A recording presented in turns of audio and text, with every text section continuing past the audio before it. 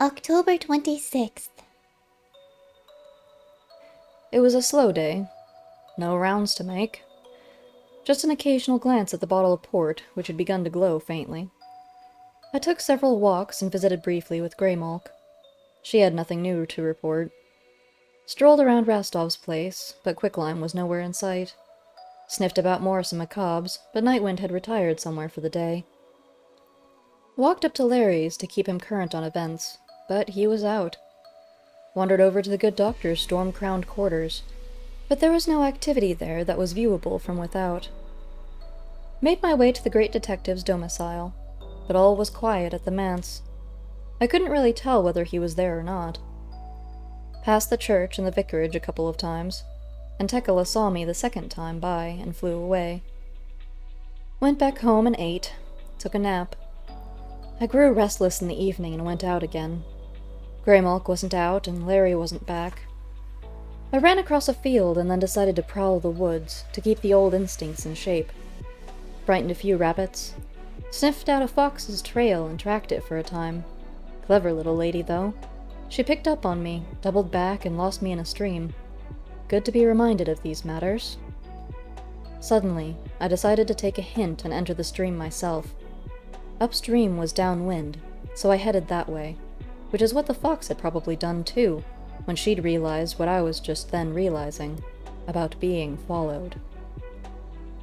My tracker was pretty clumsy, though, and it was not difficult to make my way back, staying downwind and keeping to cover, and to surprise him there at the stream's edge.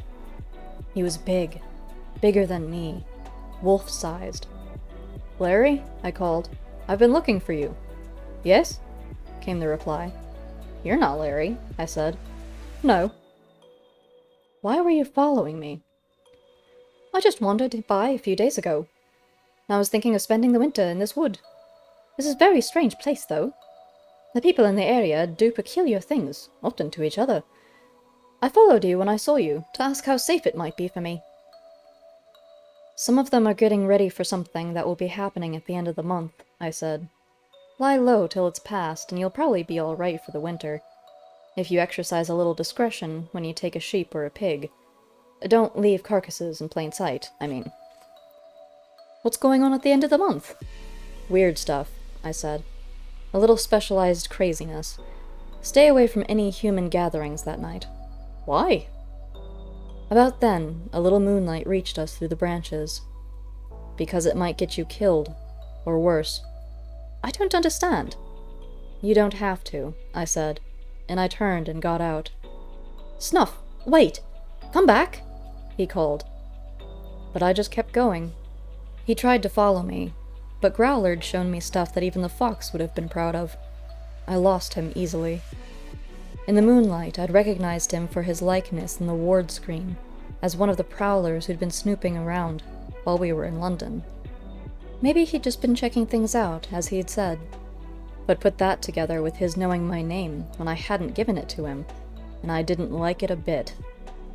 Overhead, growing in strength, the older, wiser moon paced me. I'd give her a run for her silver.